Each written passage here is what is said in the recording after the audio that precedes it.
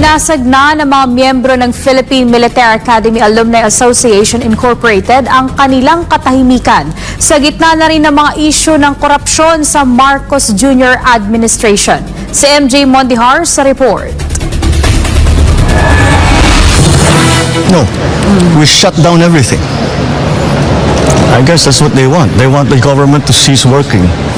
So yung matuloy yung kanilang mga destabilization na ginagawa. Destabilization o pagpapabagsak sa gobyerno para kay Marcos Jr. ang mga komunikasyon ngayon sa 2025 BICAM report ng pambansang pondo na kanyang pinirmahan. Nauna lang itinanggi ng Pangulo na may mga blankong items sa 2025 General Appropriations Act o GAA. Pero hindi nga GAA ang kinikusyon ng kanyang mga kritiko, kundi ang mga blankong items sa BICAM report o ang final version ng budget bill.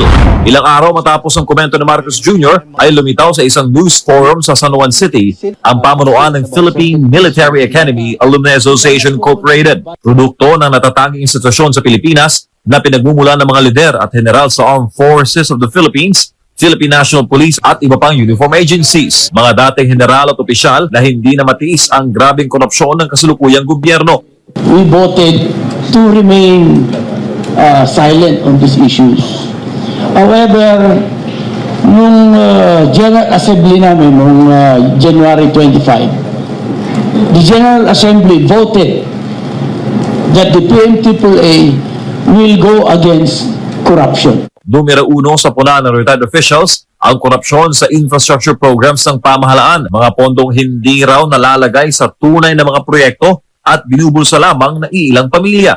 Parang napakasakit na sila nagkokontrol ng budget, sila ang kontrata, sila pa rin ang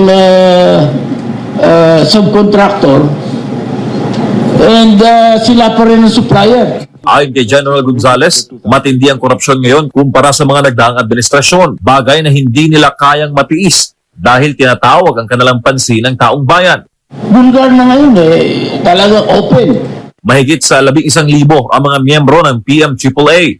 Kasama na ang mga nasa active duty. Patuloy namang magmamasid ang mga kabalyeros at sa takbo ng kasalukuyang gobyerno. At kung may pag-asa pa bang madala sa pag-iusap ang mga nakaupo, na iwasto ang mga kamalian sa kanilang pamamahala. Pero kung sakaling hindi, Alam niyo, lahat naman tao yung patience is very limited. And if they see that the general public is really talagang napuno na, I think you have already experienced it in several occasions. Thank you, sir. The armed forces, the military will protect the people.